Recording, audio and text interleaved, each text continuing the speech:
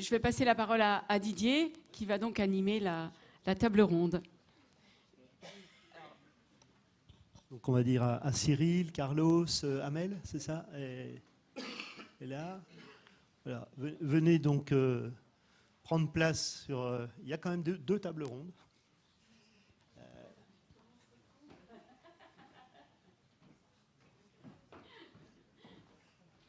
Asseyez-vous comme ça. On va faire comme ça. Je vous interroge depuis là. Ce sera peut-être le plus simple. Voilà. Il y a un plan de table, non? Pas de plan de table. Très bien. Donc vous êtes entouré par Microsoft, le retail. Le retail. Ah oui. Peut-être une présentation, Amel, parce qu'on n'a pas eu l'occasion donc de vous entendre ce matin. Donc moi, je suis Amel El-Kabli, donc je suis responsable chez Microsoft des relations école d'ingé et université, donc dans le programme Azure. Donc tout ce qui est cloud, et on met en place des formations donc d'IA, de cloud et de big data dans les écoles d'ingénieurs, les universités et les BTS aussi. Et notamment, j'ai pu effectivement assister à la réunion nationale des BTS SEO. Voilà. Très bien, merci beaucoup. Alors donc ce matin, c'est vrai vous nous avez fait rentrer quand même dans un petit monde du demain, de science-fiction, un petit peu dans l'exploration de ce que ça allait devenir, ainsi de suite. Donc, et puis vous l'avez déjà abordé, la question de la formation. C'est-à-dire que tout ça est bien beau, mais effectivement ça pose des problèmes, et d'ailleurs la salle a posé aussi des questions sur ça, sur la transformation du travail, sur comment on peut atteindre un peu ces horizons-là, avec quand même l'homme qui est au centre de tout ça, et comment vous, vos entreprises, vos secteurs, ou celles que vous avez observées, ont pu se relever ce défi de la formation. Le défi de la formation, on va voir cet après-midi comment nous, on va le relever dans les classes, mais on aimerait bien savoir un peu comment vous l'avez fait dans vos entreprises ou chez vos prestataires. Alors peut-être que si on décompose un peu les questions, peut-être une question un peu abrupte, qui peut avoir une réponse très longue d'ailleurs, c'est d'après tout ça, si vous pouviez nous citer 3 ou 4 compétences essentielles que vous attendez finalement à l'intérieur de vos entreprises, des personnels, quels qu'ils soient d'ailleurs, mais qui pourraient être un peu transversales. Ça serait lesquels? Vous avez 4 heures. Merci. C'est une bonne question. C'est difficile de répondre de manière générique parce qu'il y a des métiers qui sont quand même assez différents, mais la distribution, je distinguerais 2 choses. Je distinguerais 2 types de métiers. Des métiers qui ont une vocation les métiers d'accueil.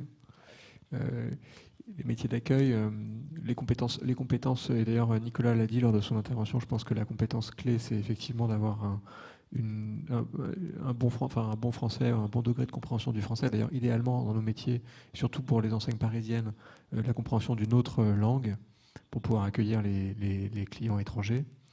La deuxième chose, c'est une véritable une forme de, mais je ne sais pas dans quelle mesure ça s'apprend ou pas, mais une forme de patience et d'empathie. Et la troisième chose, c'est une bonne compréhension des outils qui sont utilisés directement par le collaborateur ou indirectement par l'intermédiaire des clients. Donc directement, c'est tous les outils parce qu'ils se développent considérablement d'aide à la production ou à la décision dans les magasins. Et puis indirectement, c'est tous les outils qui sont utilisés par les clients, que ce soit les applications qu'on met entre leurs mains, que ce soit tous les outils omnicanaux, etc. Donc je dirais que ça, c'est pour les gens qui sont dans les magasins, les compétences clés à avoir. Et je ne suis pas sûr, et ça se fait une différence avec IMA, qu'ils aient nécessairement besoin d'avoir des compétences de code pour bien faire leur métier. Pour ce qui concerne la population du siège, alors là, c'est un peu différent. En fait, nous, ce qu'on observe, et je répondrai un peu à côté de la plaque, volontairement, c'est plutôt un changement dans les besoins en termes de profil et de compétences.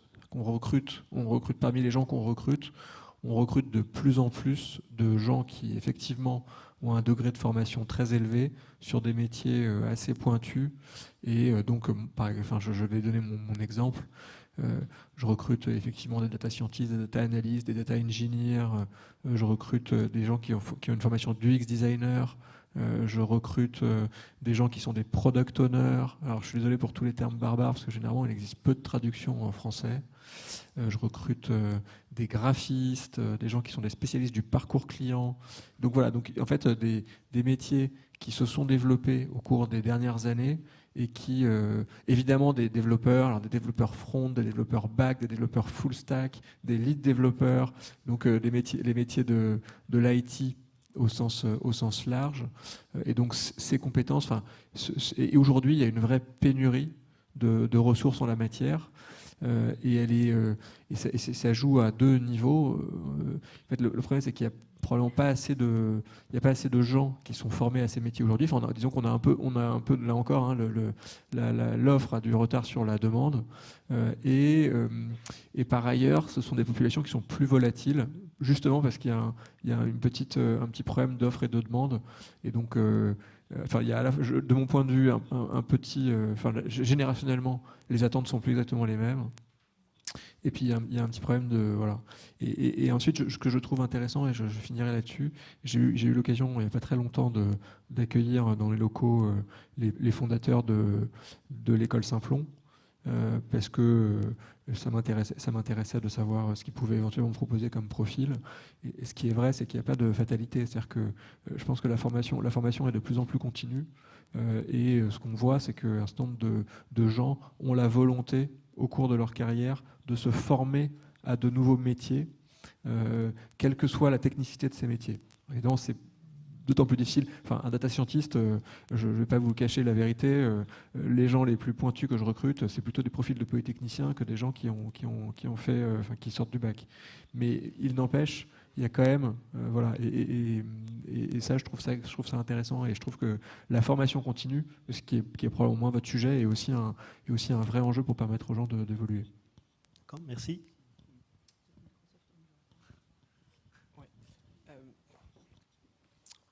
En fait, pour compléter un peu ce que dit Cyril, effectivement, il y a deux types de populations. En fait, il y a vraiment ceux qui vont être en interface avec les clients. Donc, et vous, en tant que tout ce qui est métier de service, il y a énormément de gens qui vont être en relation avec les clients. Là, effectivement, il y a des compétences. Moi, je rajouterais aussi la curiosité, savoir manipuler tout ce qui est outils informatiques, une tablette, un PC, un smartphone. C'est aussi être curieux, avoir de l'empathie. Ça, c'est des choses où finalement, c'est extrêmement important dans ces métiers de service. Savoir manipuler tout ce qui est outils CRM, puisqu'à un moment donné, vous devez analyser des clients, donc tout ce qui est manipuler des logiciels informatiques. Donc ça, c'est une première compétence. Après, effectivement, quand on regarde plutôt au niveau des équipes IT, donc là, on est en la transformation numérique. De toute façon, c'est vraiment du logiciel, hein. Donc là, c'est tout ce que dit Cyril, hein, c'est toutes ces compétences-là autour du développement, de la data. Donc nous, justement, c'est un des enjeux, hein, on est vraiment en train de mettre en place chez Microsoft des programmes de certification et de montée en compétences pour que finalement, typiquement, des gens qui avant exploitaient des serveurs dans une entreprise, plus les entreprises vont migrer dans le cloud, plus ces activités, on va dire, d'exploitation d'infrastructures, ces métiers-là vont disparaître. Donc, par contre, il y a de gros besoins dans tout ce qui va être plutôt interfaçage avec les métiers, chef de projet, et aller beaucoup plus vers le logiciel, la data, etc. Donc c'est tout ce qu'on est en train de faire aujourd'hui dans les entreprises. C'est vraiment la montée en compétences vers ces métiers de demain dans l'informatique. Donc ça, c'est quelque chose qu'on fait beaucoup.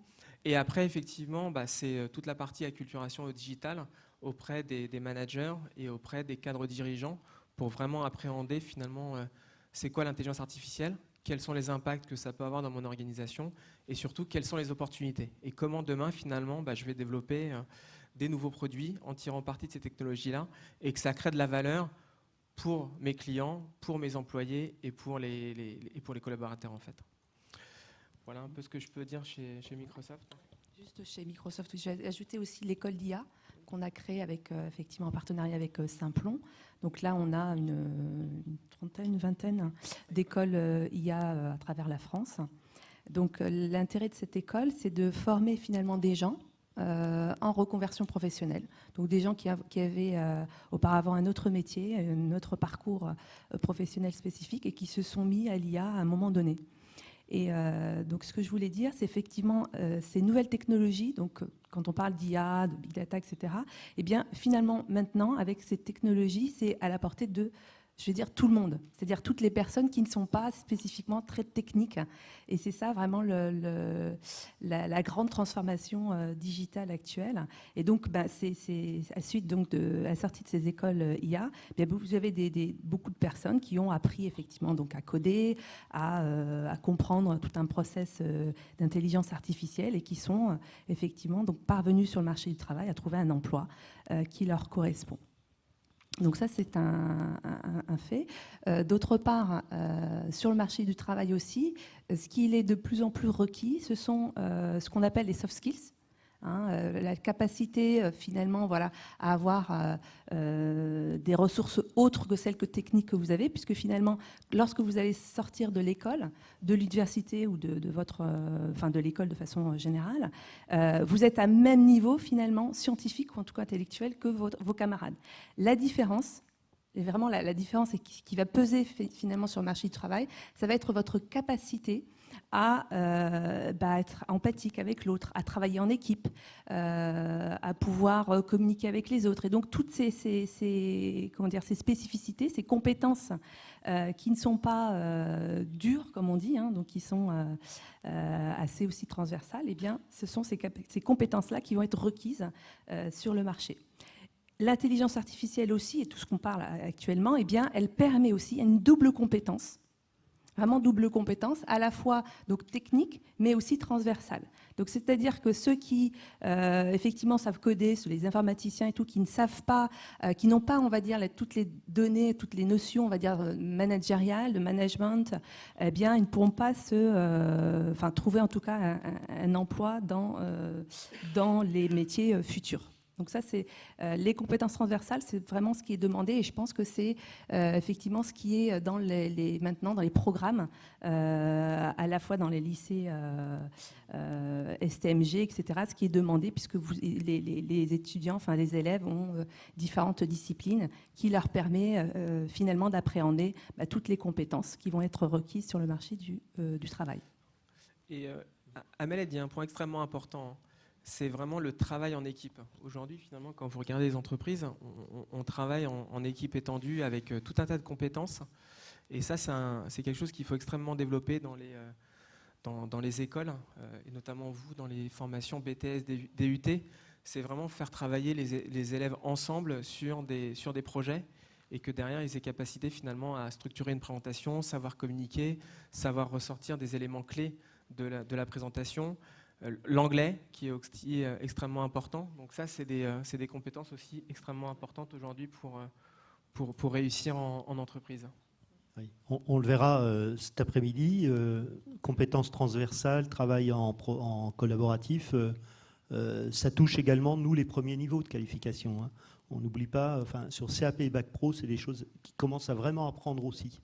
Il n'y a pas que, effectivement, post-bac, que ça se travaille, et c'est plutôt réjouissant de vous entendre parce que c'est un mouvement qui est en train de s'amorcer, en tout cas en lycée professionnel, et ça c'est plutôt intéressant.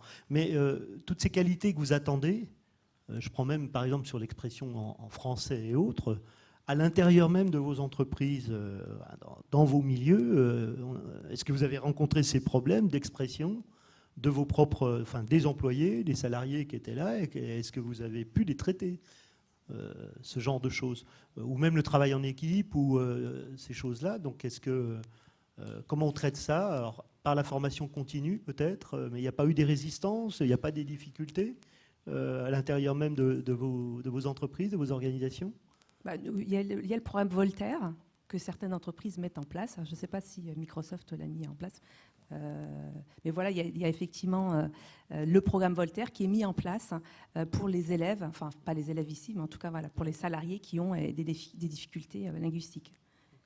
Parce que même chez Casino, donc, ou même d'ailleurs plus généralement, comment vous avez pu faire cette bascule auprès des personnels, quoi? Comment ils ont pu gérer ces transitions, ou comment vous êtes en train de les gérer?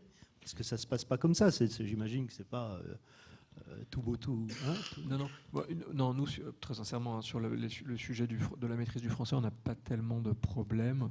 Le sujet qu'on a, c'est, en tout cas pour le personnel dans les magasins, c'est opérer progressivement cette bascule entre des métiers, et je ne dis pas ça de manière péjorative, mais à relativement faible valeur ajoutée, vers des métiers à plus forte valeur ajoutée, qui demandent des compétences en termes d'accueil, de service, etc., et des compétences digitales, avec une sorte de socle de base, c'est-à-dire manier une tablette, manier un smartphone, être capable de répondre à quelques questions du client, etc. Et c'est là où c'est intéressant, on observe aussi dans certains magasins le retour du vendeur spécialisé, celui qui connaît très bien ses produits, quels qu'ils soient. Et donc, évidemment, c'est plus vrai des produits à valeur ajoutée, donc les fruits et légumes, évidemment les métiers de bouche, le boucher.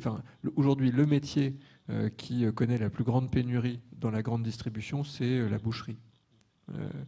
On manque cruellement en France de bouchers compétents. Et je vais vous donner un petit exemple rigolo. Bien souvent, le boucher dans les magasins, dans les hypermarchés, est la personne la mieux payée du magasin, parfois devant le directeur du magasin, parce qu'il y a une véritable pénurie. Voilà, et l'autre point, c'est effectivement, c'est un petit peu moins vrai si on est sincère dans les magasins, mais c'est beaucoup plus vrai pour les métiers du siège. De plus en plus, on observe une vraie horizontalité des organisations et la nécessité de collaborer avec des gens qui font des métiers différents. Sur des projets de transformation digitale, il s'agit avant tout de réunir différentes compétences qui sont un peu éclatées, et généralement sous l'égide d'un chef de projet qui lui-même, sans être un codeur, un UX designer, a une bonne capacité à comprendre ce que font tous ces gens et à les agréger autour de lui et autour du projet qu'il pilote. Donc ça, c'est ce qui est évoqué, ce sont des soft skills, mais qui sont de plus en plus importantes et qui font la différence entre deux personnes qui ont des niveaux de formation, et disons, équivalentes. Et pour compléter mes camarades, en fait, ce qu'on voit avec la transformation numérique, c'est que finalement tout ça, c'est extrêmement complexe. Et quand on regarde, il y a encore quelques années, finalement, quand vous étiez dans l'informatique, vous étiez expert d'un domaine, et là, vous aviez une profondeur technique qui était extrêmement forte, et on vous appelait à chaque fois pour traiter votre problématique. Aujourd'hui, finalement, quand vous regardez la transformation numérique, le scope, il est très large. On parle de cloud, on parle de développement, on parle de technologie. Alors, dans les technologies, il y a de l'open source, il y a des technologies Microsoft, il y a des technologies Oracle, SAP. Donc, ça nécessite d'avoir un background, alors je parle en anglais un petit peu, désolé, un socle de compétences extrêmement large. Et donc, nous, ce qu'on a mis en place pour nos populations techniques, on a mis en place un programme, justement, où on est en train de les... Donc, ils ont bien entendu une expertise technique sur un domaine. Par contre, on développe énormément cette connaissance la plus transverse possible, pour qu'à un moment donné, quand ils sont sur un projet client, qu'ils puissent au moins appréhender quel est le sujet qui est évoqué et comment, finalement, je vais pouvoir aider le client sur le projet. Donc, cette importance aussi d'avoir des compétences, alors nous on appelle ça des compétences en T, vous voyez bien un T, donc essayer d'avoir des compétences les plus larges possibles et d'être le plus curieux possible sur tout un tas de sujets et après avoir une expertise sur un domaine précis. Deuxième transformation qu'on est en train d'opérer, donc là c'est directement au niveau de mes équipes. Donc comme je vous le disais, finalement la transformation numérique, tous nos clients deviennent de plus en plus techniques. Une petite anecdote, on a reçu un PDG d'une grande entreprise du CAC 40. Donc on s'était intéressé à travailler sur des cas d'usage, etc. Et lui, au bout de 10 minutes, il nous a coupé en disant « Non, mais tout ça, moi je connais, c'est mon métier. Donc moi, je viens ici pour comprendre ce qu'il y a sous le capot. » Et on a commencé à parler d'architecture technique, de développement, de technologie open source, etc. etc. Et donc, ce qu'on est en train de faire, moi typiquement, les commerciaux qui travaillent dans mon équipe, maintenant, ils sont en train de passer des certifications techniques pour justement être en mesure d'accompagner les clients. Donc à un moment donné, quand un client parle d'une problématique métier, ils vont être capables de faire le lien sur c'est quoi derrière la solution technologique et puis finalement de réussir à conseiller le client. Donc le message, c'est vraiment, voilà, on va dans un monde de plus en plus complexe avec la transformation numérique, à essayer d'avoir le scope de compétences et la curiosité autour du digital la plus large possible, et puis aussi avoir un peu ce background technique et d'appréhender finalement c'est quoi ces concepts autour du cloud, du big data, de la sécurité, etc. etc. Amel Je pense effectivement que le mot revient en permanence, mais la curiosité, c'est extrêmement important, surtout dans un monde où on ne sait pas précisément, je pense que vous l'avez compris en entendant les différentes interventions, je ne sais pas vous dire précisément aujourd'hui quel sera le métier de demain, en tout cas de la personne qui sera en magasin. Et donc avoir de la curiosité et une compétence, enfin une capacité à se former au fil de l'eau me semble quelque chose de super important. Oui, j'ai l'impression qu'à vous écouter, tout à l'heure vous l'aviez abordé, on a l'impression qu'effectivement on est bien dans une forme de développement un peu tout au long de la vie, avec des modules, avec des certifications qui viennent baliser tout ça. Là on le sait nous, mais est-ce qu'on peut vraiment former à ça, quoi ? C'est toujours la même question hein, sur les... Quand on dit la curiosité, c'est une chose, mais est-ce qu'on peut former à la curiosité, quoi ? Vous arrivez à rendre les employés curieux ou... En fait, nous, on a la chance d'avoir un nouveau PDG qui s'appelle Satya Nadella.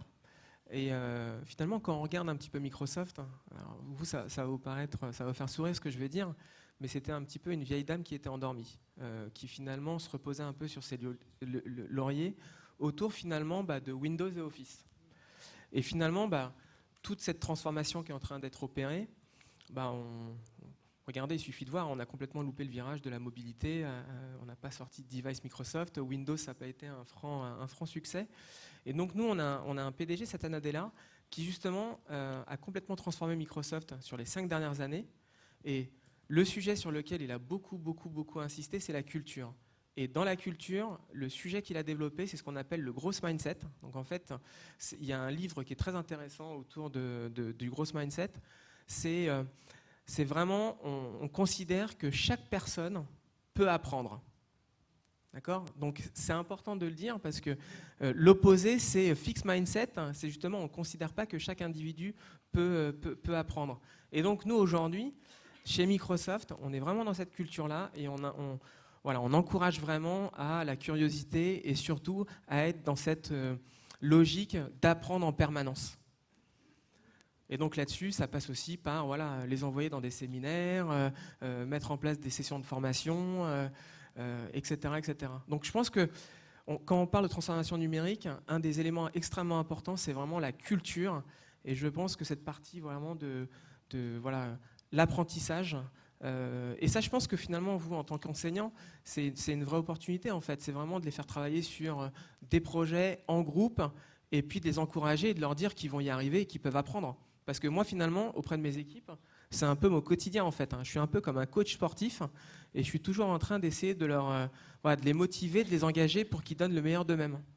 Et quand je sais qu'il y a des sujets sur lesquels ils n'y arrivent pas, je fais du coaching et j'essaie de les aider à y arriver.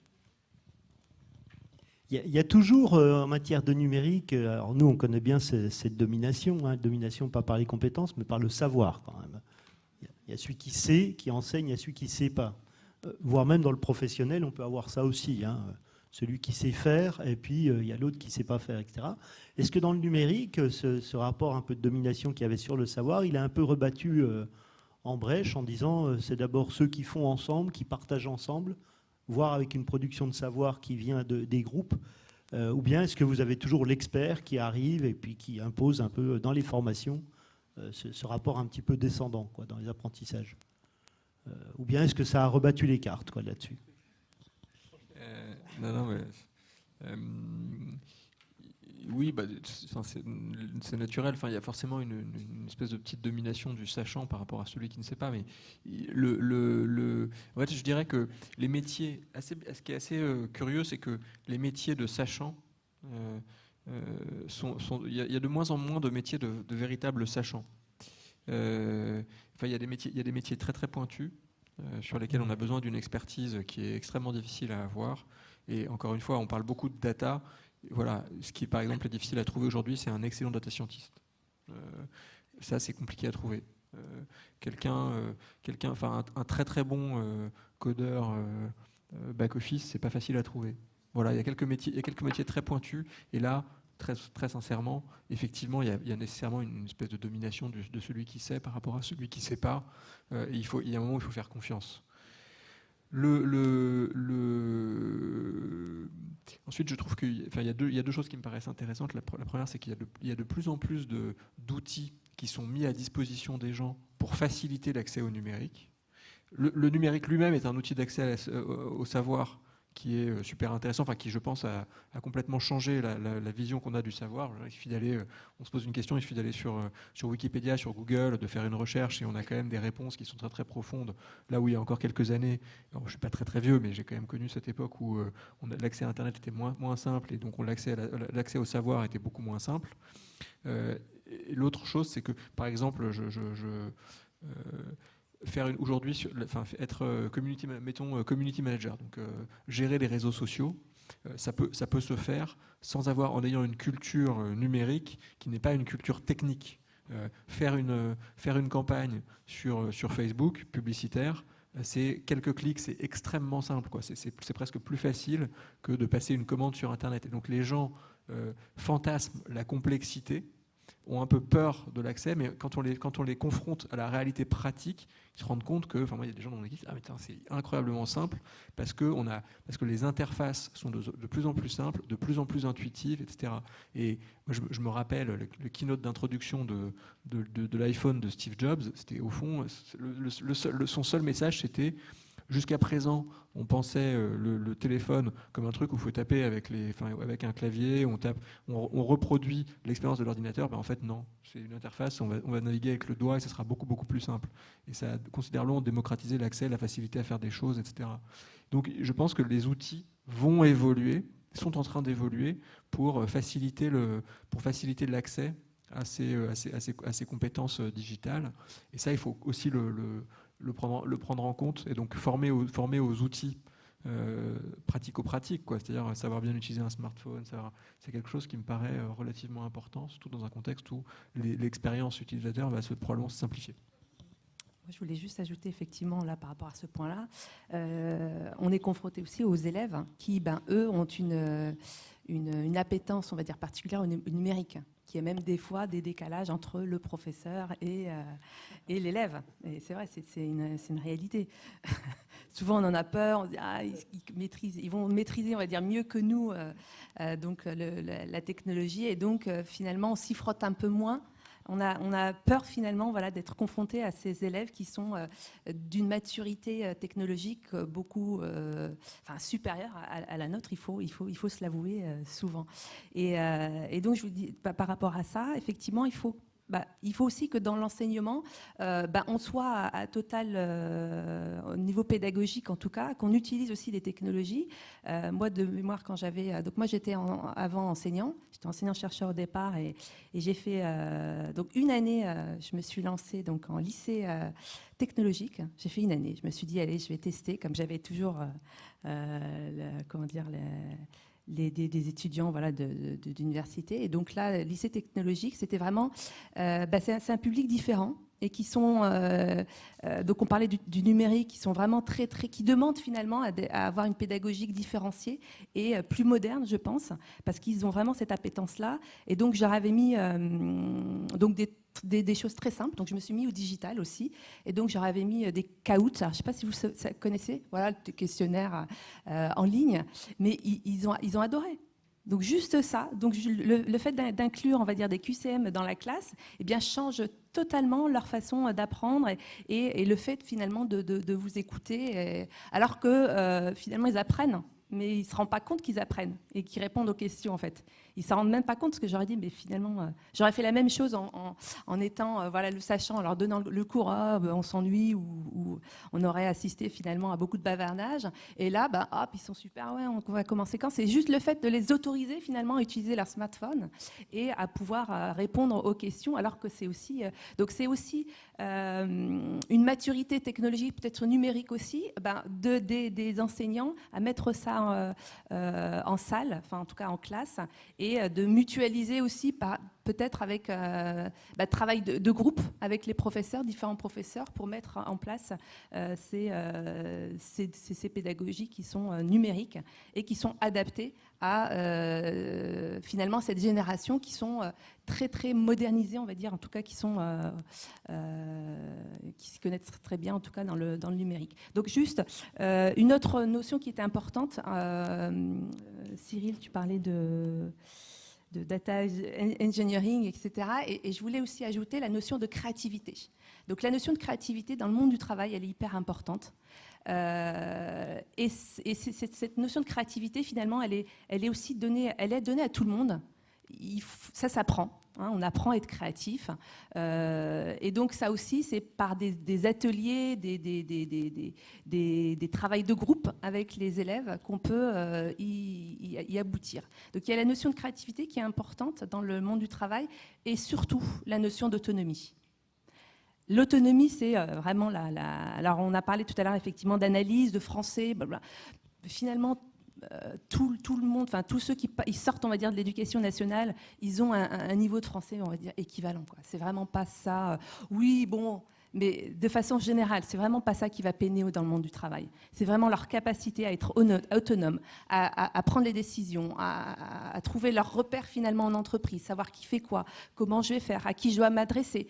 Moi, j'ai suivi beaucoup d'élèves, enfin d'étudiants en école de commerce, avec les tuteurs d'entreprise, et la problématique, c'est souvent on me dit ils posent pas souvent de questions. En fait, ils posent pas de questions. Voilà. Donc, ne serait-ce que ça, c'est un apprentissage. C'est apprendre aux élèves, c'est OK, tu dois poser des questions. Quand tu peines à trouver une solution, tu n'hésites pas à poser des questions. Parce que ça, finalement, ce ne sont pas des choses qui sont innées. Donc, voilà. Carlos, non.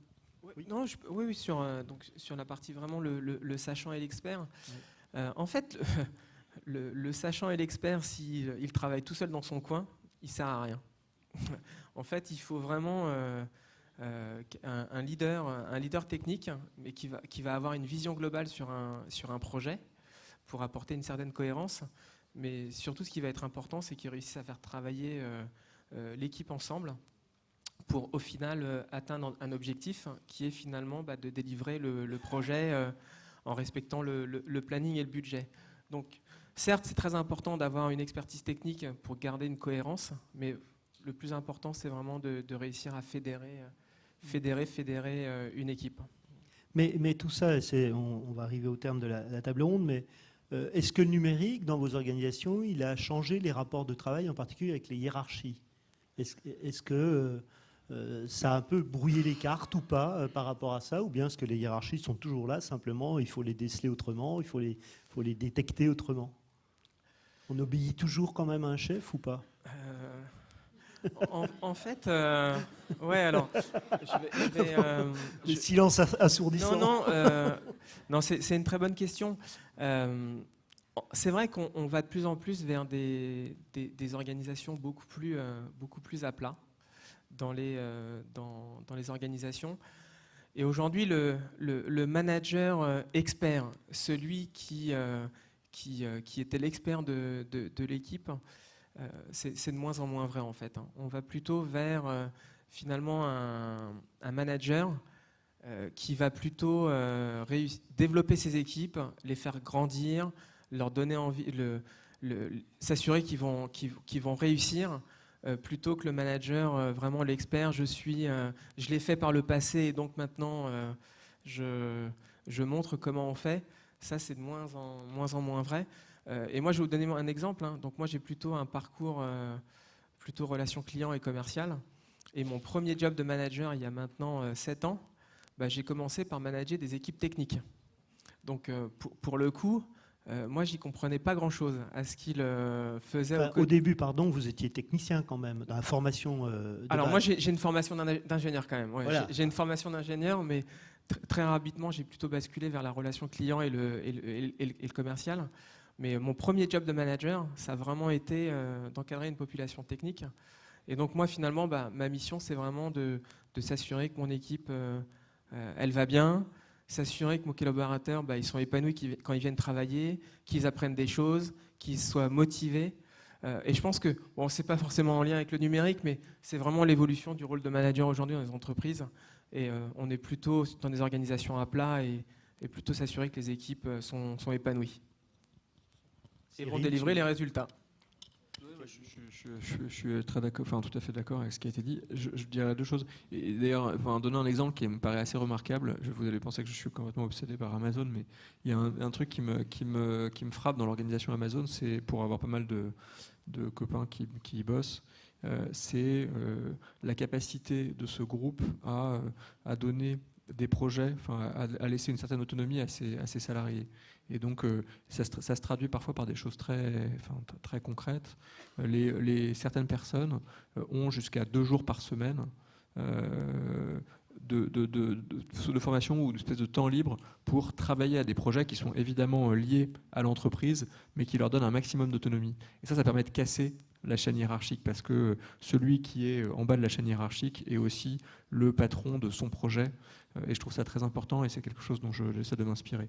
Et l'autre, parce que c'est la façon de donner un maximum d'autonomie aux gens et d'assurer un véritable engagement de la part des collaborateurs. Et c'est d'autant plus important avec la jeune génération qui justement cherche cette autonomie et qui recherche quelque chose d'autre au travail, un équilibre un peu différent, etc. Et qui est capable de beaucoup travailler à condition d'y trouver un certain sens. La deuxième chose, c'est que, et là pour le coup c'est plutôt la façon dont je perçois mon boulot, j'ai des équipes assez nombreuses, plusieurs centaines de personnes, et en fait je consacre une part de plus en plus importante de mon temps à la gestion des ressources humaines. Trouver les bons collaborateurs, faire en sorte que les gens travaillent ensemble, faire passer des entretiens chaque semaine, etc. Et au fond, si je devais résumer mon boulot, il consiste à trouver les bonnes personnes et les faire travailler ensemble, et de plus en plus de manière assez horizontale, en allant piquer des compétences un peu à droite, à gauche, etc., avec une vision très souple de la hiérarchie. Alors oui, tu es rattaché à un tel, mais là, pendant 6 mois, tu vas travailler sur ce projet et tu seras rattaché fonctionnellement à tel autre.